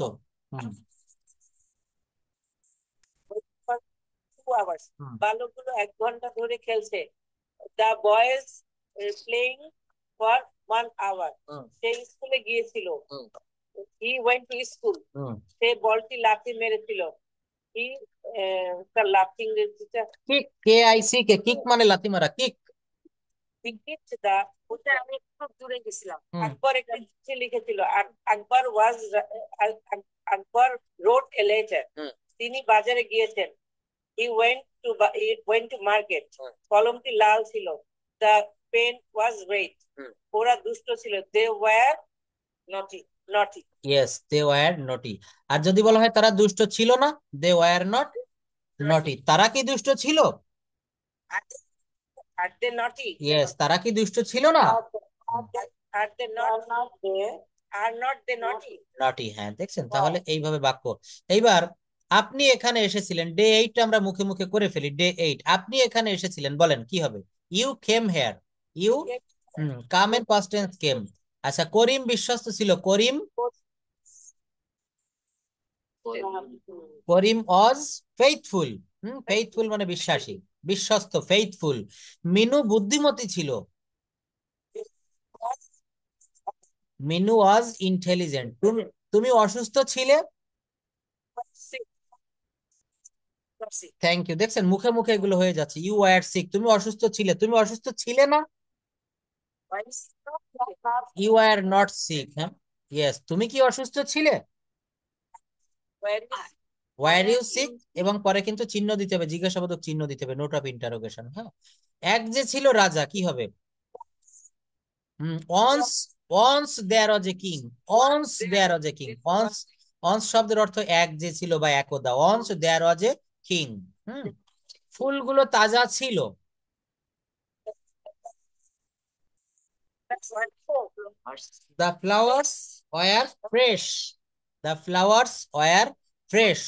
যদি বলি, যদি বলি ফুলটি তাজা ছিল, ফুলটি, the flowers were red. হ্যাঁ ঠিক এইভাবে সবাই বলবেন, তখন দা ফ্লাওয়ার্স ওয়্যার হবে না, দা ফ্লাওয়ার ওয়াজ ফ্রেশ। অর্থাৎ ওখানে আমার সিঙ্গুলার হলে এখানে সিঙ্গুলার ভার্ব হবে, প্লুরাল হলে প্লুরাল। ফুলটি তাজা ছিল, দা ফ্লাওয়ার ওয়াজ ফ্রেশ। ফুলটি তাজা ছিল না, the flower was not fresh. The flower was not fresh. আমি আজ সকালে এসেছি। I হুম, এখানে কেম বলা যাবে না, মনে রাখতে হবে কামের ভি3 ফর্ম কিন্তু আবার come. Come, came, come. Come, came, yes, come, came, come. I have come here, বা I have come in the morning, বা ইন দিস মর্নিং, বা টুডেস মর্নিং, এভাবে আজ সকালে। ছেলেটা কি বোকা ছিল? না, ছেলেটা বোকা ছিল, সরি, ছেলেটা বোকা ছিল, অ্যাফার্মেটিভ। দা বয় ওয়াজ ফুল। আচ্ছা, ছেলেটা বোকা ছিল না। the boy was not এই কথাগুলা কিন্তু আমাদের ডেইলি লাইফে, দৈনন্দিন জীবনে ব্যবহার করার প্রয়োজন পড়ে। দেখবেন এখানে আমার থেকে সিনিয়র আপনারা, আপনাদের সময়ে পপি গাইড ছিল, পপি গাইডে চেঞ্জিং ছিল, জয়নিং ছিল, ট্রান্সলেশন মেথডে কিন্তু আপনাদের সময় ছিল। এখন তো কমিউনিকেটিভ মেথডে ইংলিশ ইংলিশ শেখা হয়। আমার কাছে অনেক পুরাতন বই রয়েছে, গ্রামার গাইড, এই পিকে দে সরকার, পিসি দাস, বা আজ থেকে 50 বছর আগেরও গ্রামার গাইড আমার কাছে রয়েছে, পৃষ্ঠা ছিঁড়ে গেছে কিছুটা। তো এইসব গাইডে এই ট্রান্সলেশন ছিল প্রচুর পরিমাণে। তখন কিন্তু যারা ইংরেজি শিখেছে, আমার যে স্যাররা, অনেকে মারাও গিয়েছে বার্ধক্যজনিত কারণে, তারা প্রচুর ইংরেজি পারতেন। কিভাবে? How is not possible? It was possible because they know so many translation from Bengali to English. তারা অনেক ট্রান্সলেশন জানতো, because their system was GTM, that is called grammar translation method. আমরা তো এখন এই যে শুধু রুল পড়ি, এই পড়ি, তাই পড়ি, কিন্তু গ্রামার, এই ট্রান্সলেশন শিখলে, ট্রান্সলেশন মানেই তো কথা বলা। আমরা সারা দিন যে কথাগুলো বলি, আপনি সকাল থেকে রাত্রে ঘুমাতে যাওয়ার পূর্ব পর্যন্ত কি করেন? এগুলো একটা খাতায় লিখবেন, দেখবেন 2-3 পৃষ্ঠা হয়ে গিয়েছে বাংলায়। এবার ওই 2-3 পৃষ্ঠার প্রত্যেকটা বাক্য আপনি ইংলিশে ট্রান্সলেট করে দিবেন, ব্যাস আপনার স্পোকেন ইংলিশ হয়ে গেল। অর্থাৎ এই, অতএব এই ট্রান্সলেশন মেথডটা, এটা কিন্তু খুবই খুবই কার্যকারী। এটা কিন্তু একটা ancient method, and I think it's the best method. তো দেখেন আমরা যেভাবে আগাচ্ছিলাম, আমি একটি ছাতা কিনেছিলাম, কোন টেন্স? Past indefinite. আমব্রেলা, হ্যাঁ। এই যে দেখেন, বলার সময় আমরা কেউ এই বলে ফেলছি, কিন্তু আমাদের আমাদের কি করতে হবে? আপনারা বলেছেন সঠিক, কিন্তু এন এর জায়গায় অনেকে এ বলেছি। এখন এইটা, এখন এইটা যে অ্যান হবে, আমরা যখন দ্রুত কথা বলে চলে যাব কোনো ফরেনারের সঙ্গে, তখন ওইটা আমাকে অলরেডি মাথায় রাখতে হবে। তার মাথায় রাখতে গেলে কি করতে হবে? মাথায় রাখতে গেলে প্র্যাকটিস করতে হবে। যখন আপনি অনর্গল বলবেন, তখন অটোমেটিকলি এটা চলে আসবে। I bought an umbrella. আমি একটা ডিম খেয়েছিলাম, আই এট অ্যান এগ। আমি একটা আপেল খেয়েছিলাম, আই এট অ্যান আপেল। এখানে অ্যান দিচ্ছি কেন? যেহেতু ভাওয়েল সাউন্ড রয়েছে। তো এইগুলো একটু আমরা মনে রাখবো। আমরা সকালে রওনা হলাম, কি হবে? We started, we started in the morning. রওনা হলাম, দেখেন এটা একটা নতুন শব্দ। হলাম মানে এর অর্থটা হচ্ছে হয়েছিলাম, আমি রওনা হয়েছিলাম বা আমি হলাম, একই কথা। আমি যদি বলি আমি ভাত খেয়েছিলাম, আই এট রাইস। আর এই বাংলাটা যদি বলি আমি ভাত খেলাম, ওই খেলামও যা, খেয়েছিলামও তাই, পাস্ট ইনডেফিনিট। আচ্ছা, আমি নদীতে গোসল করলাম, I took a bath in the river. River, টেকের পরিবর্তে টুক। পলি 4টি আম কিনেছিল, পলি বট 4 ম্যাঙ্গোজ। ম্যাঙ্গোজ। আচ্ছা, পলি 4টি আম কিনেছিল না বলে যদি নেগেটিভ বলি পলি 4টি আম কেনেনি, তখন কি হবে? not only did not buy a হ্যাঁ, না, এই জায়গাটা আমরা অনেকে সঠিক বলেছি, অনেকে ভুল বলছি। এখানে ডু নট ডট হবে না, ওয়াজ নট হবে না। ইয়েস, পাস্ট ইনডেফিনিট টেন্সে কে বলেছেন? অনেক ধন্যবাদ, ডিড নট হবে। অর্থাৎ থ্যাংক ইউ, হ্যাঁ আপা ঠিক বলেছিলেন। এইটা পলি 4টি আম কিনেছিল, পলি বট 4 ম্যাঙ্গোজ। এটা পাস্ট ইনডেফিনিট টেন্সের একটা বাক্য। এইটাকে যদি আমি নেগেটিভ করি, তাহলে প্রেজেন্ট ইনডেফিনিট টেন্সের নেগেটিভ বা ইন্টারোগেটিভে যেমন ডু নট বা ডাজ নট আসে, এখানে ডিড নট আসবে। পলি ডিড নট, এবং এখানে খেয়াল করতে হবে বট দেওয়া যাবে না, ডিড এর পরে প্রেজেন্ট ফর্ম আসবে। Polly did not buy 4 mangoes, Polly did not buy 4 mangoes. দেখেছেন? তাহলে এইগুলা আপনাদেরকে প্র্যাকটিস করতে হবে শীট দেখে দেখে। আমি আরো ট্রান্সলেশনের শীট আছে আমার কাছে, এগুলো আপনাদেরকে দিব। আমি শেষের দিকে গিয়ে আপনাদের প্রচুর পরিমাণে একজনকে বলবো আপনি 15 মিনিট ইংলিশে কথা বলেন। আপনাকে সেই 15 মিনিট বলতে হবে, একটা না ইংলিশ বলতে হবে। There is no use of any single Bengali word.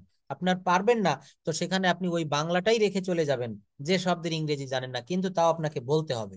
অর্থাৎ প্র্যাকটিস করতে হবে। যখন আইএলটিএস এর ভাইবা দিতে হয়, তখন সেখানে আপনার পাশে ওই রাইট সাইড এডুকেশন বা ব্রিটিশ কাউন্সিলের স্যারেরা থাকে, ওখানে আপনার ওই স্পিকিং স্কিলটা কেমন এটা টেস্ট করে। 1 মিনিটে ওই ইংরেজদের মতো করে দ্রুত ডেলিভারি দিয়ে যেতে হয়, একেবারে সেই রিডিং পড়ার মতো। আমরা যেমন বাংলা রিডিং পড়ি, ইংরেজরা কিন্তু এই ইংলিশ ল্যাঙ্গুয়েজটা একদিন বলেছিলাম ফার্স্ট ল্যাঙ্গুয়েজ, ওরা খুব দ্রুত কথা বলে। এই জন্য কিন্তু আমরা অনেকে বুঝতে পারি না, ধরতে পারি না কি বলে চলে গেল।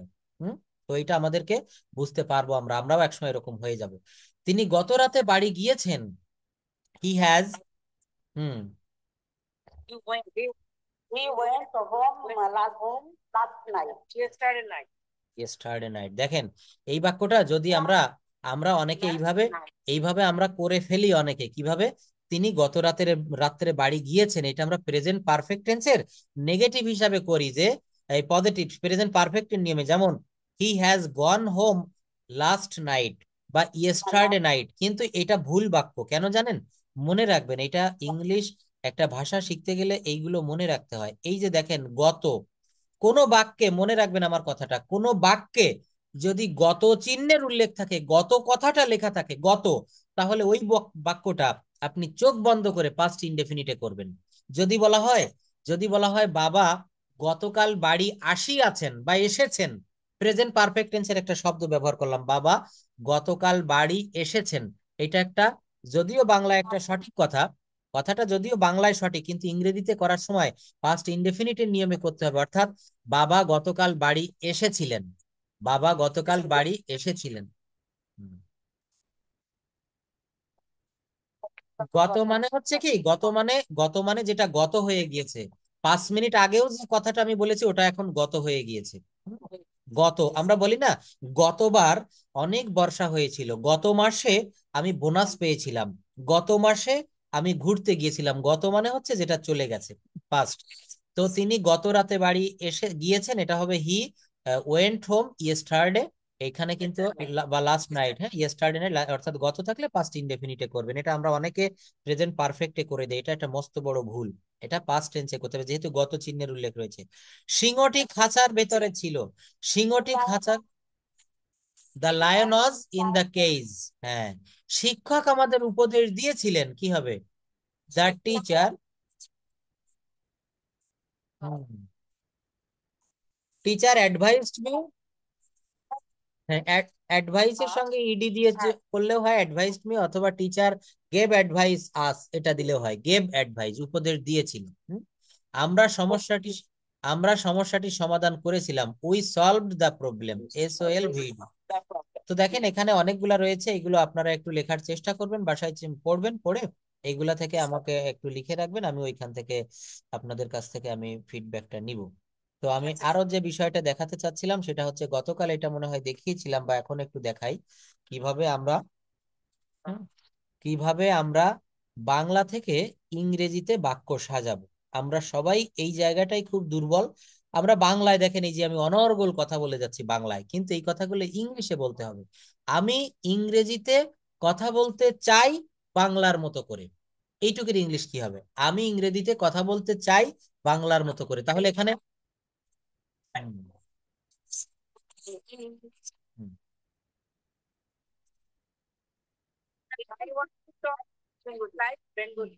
রুমা আপা কি একটু বলছেন, বলেন। Okay, sir. I want to talk English hmm, as Bengali. As Bengali, yes. তো এখানে আরো ভালোভাবে বলা যায়, আই উড, অবশ্যই হবে। এখানে আরো ভালোভাবে শব্দটা বাক্যটা গঠন করে যে, I would like to talk English like Bengali. I would like, হ্যাঁ, উডের একটা ব্যবহার, অথবা I want, I want to speak English like Bengali. I want to speak English as well as Bengali. অনেক ভাবে বলা যায়, হ্যাঁ। মনে রাখবেন, ইংলিশ একটা লিটারেচার, একটা সাহিত্য। তো এই সাহিত্যটা আমরা অনেক ভাবে বলতে পারি, অনেক ভাবে আমরা এটা ব্যবহার করতে পারি। তো কি বললাম? একজন দিনমজুর, একজন দিনমজুর, এখানে একটু দেখাই, আমাদের দেশে অত্যন্ত পরিচিত ব্যক্তি, তাই না? আমি যদি বলি এই বাক্যের ভার্ব কোথায়, এখানে কিন্তু আপনারা কোনো ভার্ব দেখাতে পারবেন না। এখানে ভার্বটা হচ্ছে ইজ। ধন্যবাদ, কে বলেছেন, অনেক ভালো। তো এই যে জায়গাটা আমি বললাম যে এই বাক্যের ভার্ব কোথায়, ভার্বটা হচ্ছে একজন দিনমজুর আমাদের দেশে অত্যন্ত পরিচিত ব্যক্তি। এখানে কি হবে? একজন দিনমজুর হয়, এই যে ফাঁকা জায়গাটা রেখেছি, এখানে একটা ইজ আনতে হবে। একজন দিনমজুর হয় পরিচিত ব্যক্তি আমাদের দেশে। কিভাবে সাজালাম? প্রথমে সাবজেক্ট, সাবজেক্ট কি? একজন দিনমজুর। এরপর এখানে ভার্ব দিতে হবে আই এস, ইজ। একজন দিনমজুর হয় পরিচিত ব্যক্তি আমাদের দেশে, এই আমাদের দেশে এটাকে অ্যাডভার্ব বলে। তো অ্যাডভার্বটা মনে রাখবেন, বাক্যের শুরুতে বসালেও চলে, মাঝে বসালেও চলে, শেষে বসালেও চলে, তবে শুরুতে বা শেষে বসালে বেশি ভালো হয়। বাক্যটা কি হবে? একজন দিনমজুর, ইংরেজি কি? A day labour. এরপরে ভার্ব দেন, ভার্ব কি দিতে হবে? এ ডে লেবার ইজ, একজন দিনমজুর হয় পরিচিত ব্যক্তি, কি হবে? Familiar person. তো এর আগে দেখেন, অত্যন্ত পরিচিত ব্যক্তি, অত্যন্ত ইংরেজি কি? ভেরি। অত্যন্ত ইংরেজি কি হবে? সবাই খুব ভালো করে, যারা এই বাংলা বাক্য থেকে ইংরেজি গঠন করতে পারি না, একটু মনোযোগ দিয়ে দেখবো, পারবেন। A day labour is a very familiar person. একজন দিনমজুর খুব পরিচিত মুখ বা ব্যক্তি, কোথায়? In our country. সাবজেক্ট কি? এ ডে লেবার, একজন দিনমজুর। ভার্ব কি? ইজ। আচ্ছা, সাবজেক্ট পেলাম, ভার্ব পেলাম। এরপর আমরা বসাবো অত্যন্ত পরিচিত, কি হবে? Is a very familiar person. অত্যন্ত পরিচিত ব্যক্তি কোথায়? ইন আওয়ার কান্ট্রি, আমাদের দেশে। দেখেন কি লিখেছি, a day labour is a very familiar person in our country. দেখেছেন? আমি স্কুলে যাই, কি লিখবো? I go to school. তো আই গো টু স্কুল, এইটা বাংলায় আবার সাজাবো, কি দাঁড়ায়? আই গো, আমি যাই, টু স্কুল, স্কুলে। কি দাঁড়ালো? আমি যাই স্কুলে। কিন্তু প্রথম বাক্যে কি বলেছিলাম? আমি স্কুলে যাই। আমি ভাত খাই, এই অনুসারে যদি আমি বাংলা সাজাই, আমি ভাত খাই, কি লিখতে হয় জানেন? I rice eat, I rice eat. কিন্তু এটা তো ভুল। কি লিখতে হবে? আই ইট রাইস, প্রথমে সাবজেক্ট, তারপরে ভার্ব, তারপরে অবজেক্ট। তো এইভাবে যদি আমরা সাজাতে পারি, সে দিন এনে দিন খায়। দিন এনে দিন খাওয়া মানে কি? সে যা আয় করে সেইটাই সে খরচ করে ফেলে, খেয়ে ফেলে। তো বলা হচ্ছে সে দিন এনে দিন খায়। তো এখানে অর্থাৎ সে মানে জীবন যাপন করে বা বেঁচে থাকে কিভাবে? He lives, he lives from hand to mouth. এই ফ্রম হ্যান্ড টু মাউথ এইটা একটা ফ্রেজ, ফ্রেজাল ভার্ব, অর্থাৎ সে দিন এনে দিন খায়, বেঁচে থাকে। হি লিভস, সে বাঁচে, ফ্রম হ্যান্ড টু মাউথ, অর্থাৎ হাত দিয়ে যা আয় করে মুখ দিয়ে তা খেয়ে ফেলে। He lives from hand to mouth. তাকে সারাদিন কাজ করতে হয়। দেখেন, আপনাদের হ্যাভ টু হ্যাজ টু এর একটা রুল পড়িয়েছিলাম। তাকে সারাদিন কি করতে হয়? কাজ করতে হয়। হ্যার ইউ ক্যান সি। তাহলে কি হবে? হি হ্যাজ টু ওয়ার্ক, তাকে কাজ করতে হয় কখন? সারাদিন। সারাদিন ইংরেজি কি? All day long. All day long. তাহলে কি হবে? হি has to work all day long. এখন এই চোট বা এই সাথে সাথে আমরা হ্যাজ টু দিয়ে আরো কিছু বাক্য করি। আমাকে সারাদিন বই পড়তে হয়, আমাকে সারাদিন তার সঙ্গে কথা বলতে হয়, আমাকে সারাদিন কাজে ব্যস্ত থাকতে হয়, তাকে সারাদিন মাছ ধরতে হয়, তাকে সারাদিন কি করতে হয়? ডিউটি করতে হয়। তাহলে এখানে কিসের ব্যবহার করবেন? এই দেখেন, হ্যাজ টু হ্যাভ টু এর ব্যবহার। হি has to work all day long. He has two whom has to have to এর একটা রুল আপনাদের পড়িয়েছিলাম, বি ভার্বের ইসে ওখানে, বা ওই যে ওয়ান ভার্ব 30+ সেন্টেন্স একটা ইয়ে ছিল না, এই যে জায়গাটা ওখানে কিন্তু এটা দেখিয়েছিলাম। হ্যাভ টু হ্যাজ টু এর একটা ব্যবহার আছে দেখেন। এই যে I have gone to school, এটা না, he has to. He had gone to school, I can, must, would, I need to. এই যে নিড টু দিয়ে রয়েছে, আমার স্কুলে যাওয়া দরকার। I need two go to school, তাই না? আমার স্কুলে যাওয়া দরকার। তারপর কি আছে? আমার স্কুলে যাওয়া দরকার না। I needn't to go to school.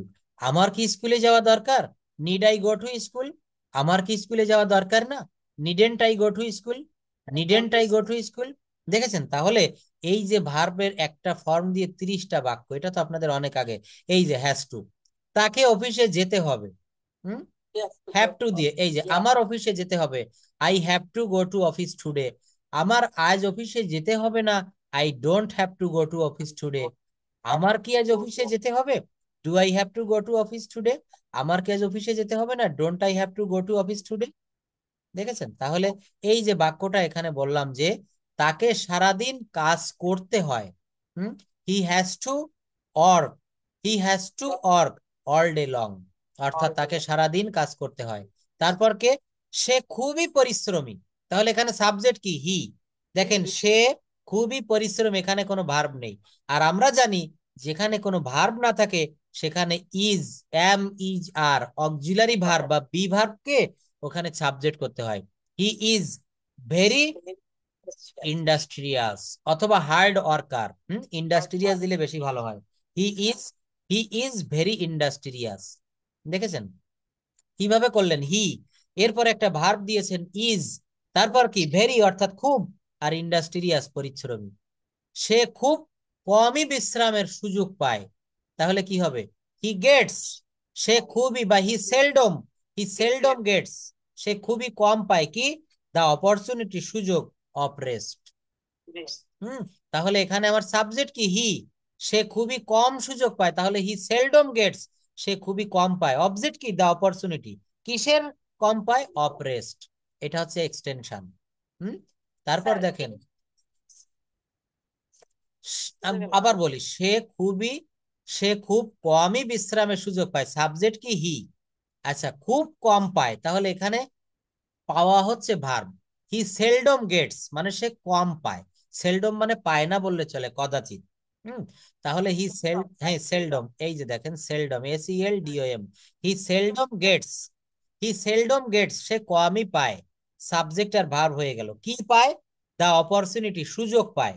সে কম সুযোগ পায়, কিসের কম? অফ রেস্ট, বিশ্রামের। সে খুব কমই বিশ্রামের সুযোগ পায়। অর্থাৎ এইভাবে বাংলা থেকে ভেঙে ভেঙে যখন ইংরেজি করা শিখবেন, সেই দিন আপনি ফ্লুয়েন্ট হয়ে যাবেন। বিভিন্ন প্যাসেজ আপনাদেরকে দিব, এইগুলো থেকে একটা শিট দিয়েছিলাম, সবার কাছে আছে, আমি আজকে এখনই আবার দিব। ওই যে বাংলা থেকে ইংলিশে প্যাসেজ আকারে, যেমন আমার নাম রাজু, তারপরে আমি, হ্যাঁ, একটা শিট দিয়েছিলাম রাজু, দেখবেন প্রথম প্যাসেজটা রয়েছে আমার নাম রাজু। ওইখানে প্রায় দেখবেন 12-13টা প্যাসেজ রয়েছে। তো ওই যে কোনো একটা প্যাসেজ আপনি নিয়ে বসবেন, 10 মিনিট মাত্র সময় দিবেন, ওইটার পিছনে ট্রান্সলেশন করার চেষ্টা করবেন। দেখবেন অনেকগুলো পারছেন, অনেকগুলো পারতেছেন না। তো যেগুলো পারতেছেন না একটু হেল্প নিবেন আমার, আর যেগুলো পারছেন এগুলো তো পেরেই যাচ্ছেন। তো এইভাবে আমাদেরকে অ্যানালাইসিস করতে হবে, ভাঙতে হবে। কেন পারবেন না? পারমাণবিক শক্তিটা কি বলেন তো? অ্যানালাইসিস করে করে এটা গঠন করতে হয়। তো যে কোনো জিনিস আপনাকে অ্যানালাইসিস করতে হবে। এইভাবে যদি আপনি পারেন, আইএলটিএস বলেন, আপনি স্পিকিং বলেন, আপনি রাইটিং বলেন, প্রত্যেকটা জায়গায় আপনি ভালোভাবে পারবেন। কথা বলা শিখতে গেলে কি করতে হয়? আমরা বাঙালি মানুষ, যে কথাগুলো বাংলায় বলছি প্রত্যেকটা কথা আমাদের ইংলিশে ট্রান্সলেট করার চেষ্টা করতে হবে। Are you okay? Am I clear?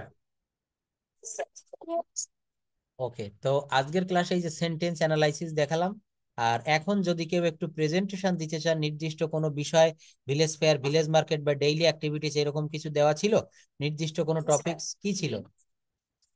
Village market. তো আজকে সময় প্রায় শেষের পথে, আমি 2 থেকে 3 জনের প্রেজেন্টেশন একটু নিব। কে বলবেন উইলিংলি? কে বলতে চাচ্ছেন? মওদুদ আহমেদ, আপনি একটু বলবেন ভাইয়া? Moudud Ahmed, please unmute. আপনি একটু প্রেজেন্টেশন দিতে পারবেন? আপনার তো মক টেস্ট দেওয়া লাগতেছে। এটা একটু বলবেন ভিলেজ মার্কেট সম্পর্কে? হ্যাঁ, আপনি একটু বলবেন ভিলেজ মার্কেট সম্পর্কে। আমরা একটু কথা বলি যে আসসালাম। ওকে, আমরা সবাই শুনবো। Good evening, everyone. I would like to thank my honorable moderator, Prasanjit sir, okay for giving me such a chance. Okay The selected topic, the topic is village village market. heart. Topic is village heart. Yes, আপনার যা মনে আসে আপনি A তাই বলেন, village, সমস্যা নাই। হ্যাঁ, ভিলেজ মার্কেট সম্পর্কে। village heart is a very a gathering place. There are come from many people. হ্যাঁ Farmer being fresh vegetable, fruit, and grain. A fisherman who sell fresh fish and other, and shopkeeper who display his their goods, and customer who visit so many store for take state price, and children around running and enjoy buying toys and sweets, okay and other and many people who meet friend and guests, and who talking about family and village news, and there are a lot people together for friendly, and the market not for shopping. It is for joyful and for friendship. Okay, That's thank you. about all about okay for okay, my thank you. side. You have achieved Thank you. Fluency, I think your fluency is clear. এইভাবে দেখেন, এই যে ইংলিশে বললো, একটা বাংলা ওয়ার্ডও ব্যবহার করেনি। আমাদেরকে এইভাবে কথা বলতে হবে। হ্যাঁ, আপনার যা মনে আসে গ্রামার ঠিক রেখে এগুলো একটু বলবো। প্রথমে একটু ভুল হবে, এই ভুলের ভিতরেই কিন্তু ফুল ফুটে উঠবে। ভুলের ভিতরেই কিন্তু আমরা ফুল দেখতে পাচ্ছি। শিলা আক্তার বলবেন? শিলা আপা,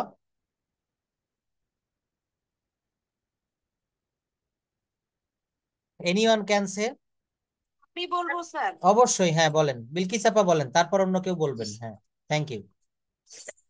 হুম How are you? This is Bilkis Begum.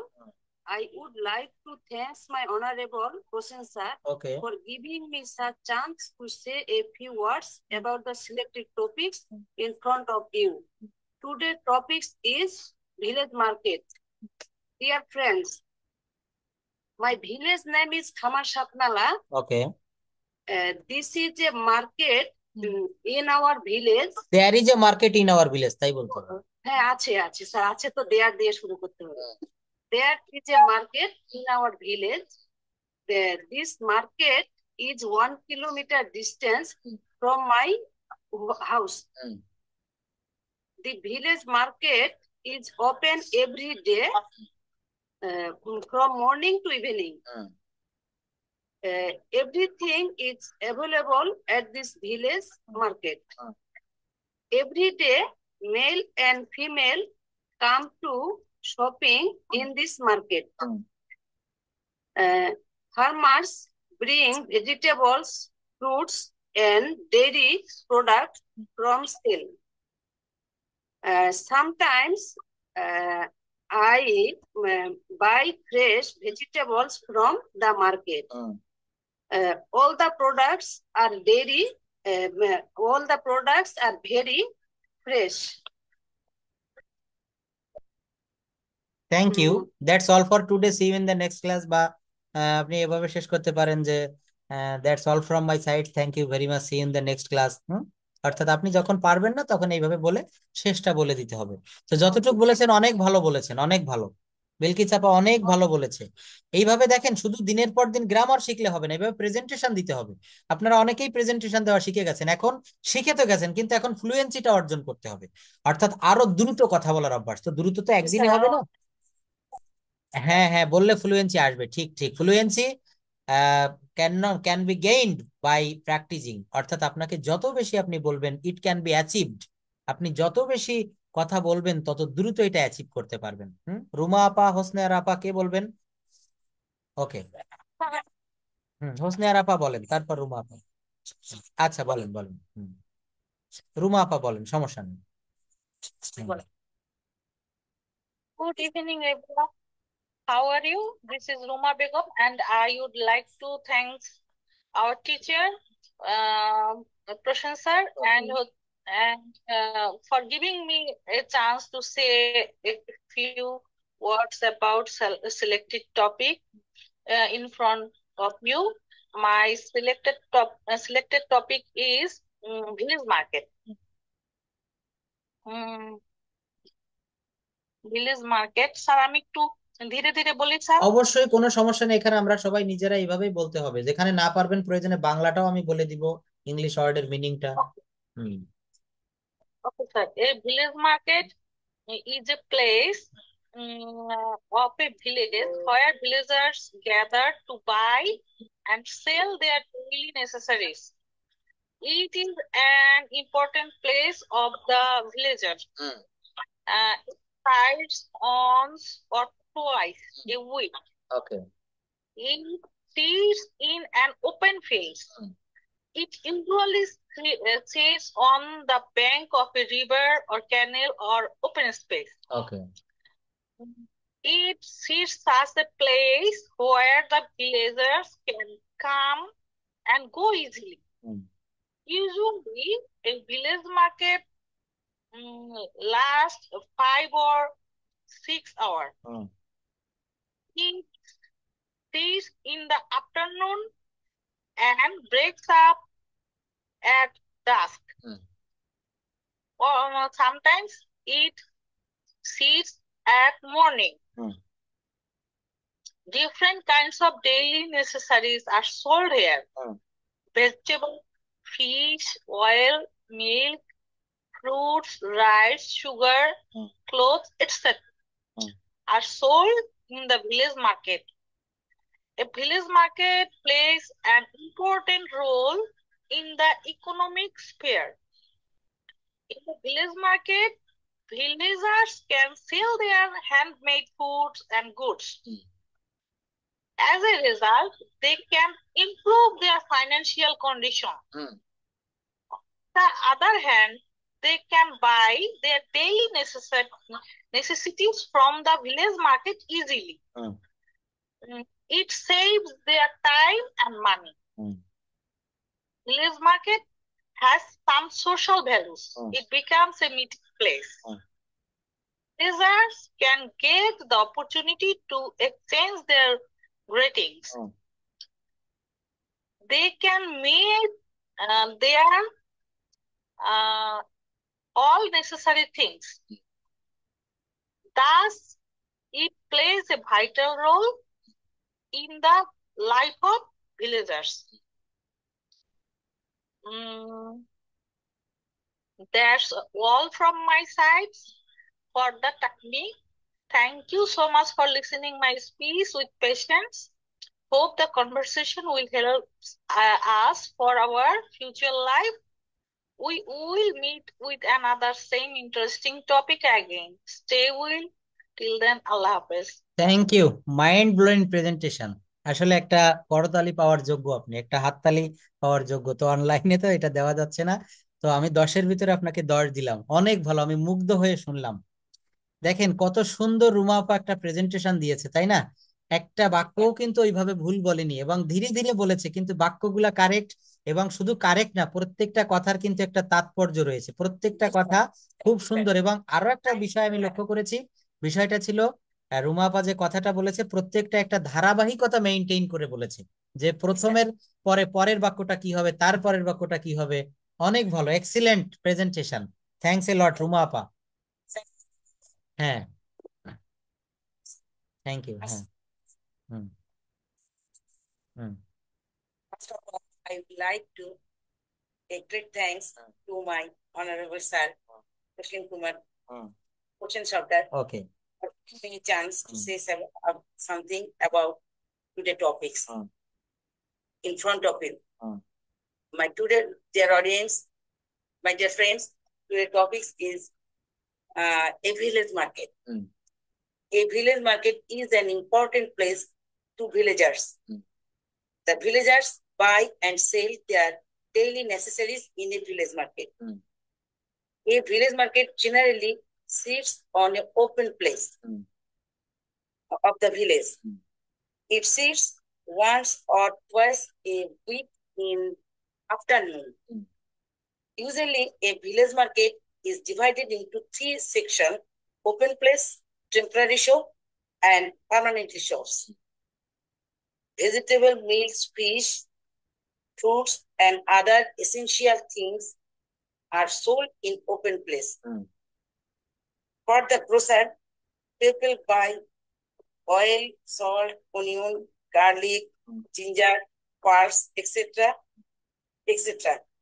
In the permanent shops, clothes, shoes, wheat, rice, flour, tea, spice, and different stationery items are sold.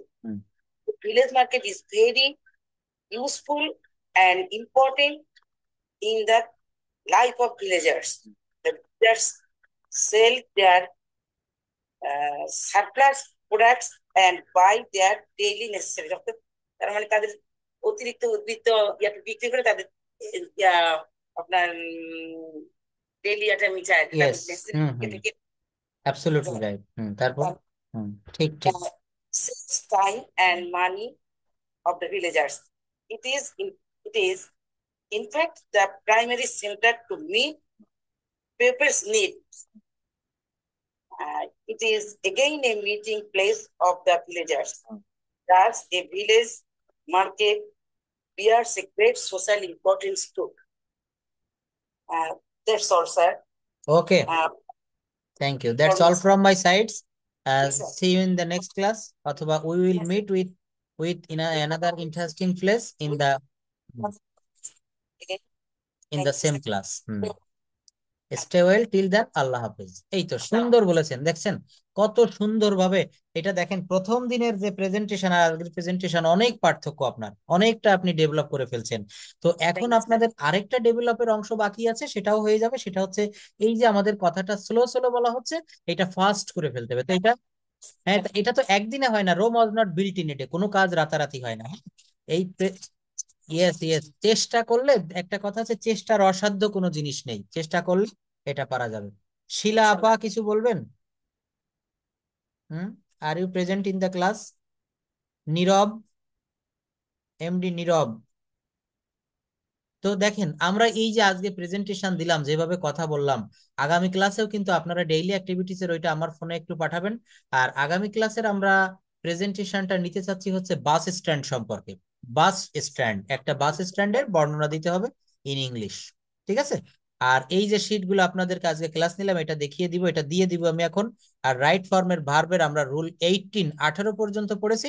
আগামী ক্লাসে 19 থেকে আমরা আবার শুরু করব। হ্যাঁ, এখনই দিয়ে দিচ্ছি, ক্লাস পরে আধা ঘন্টার ভিতরে।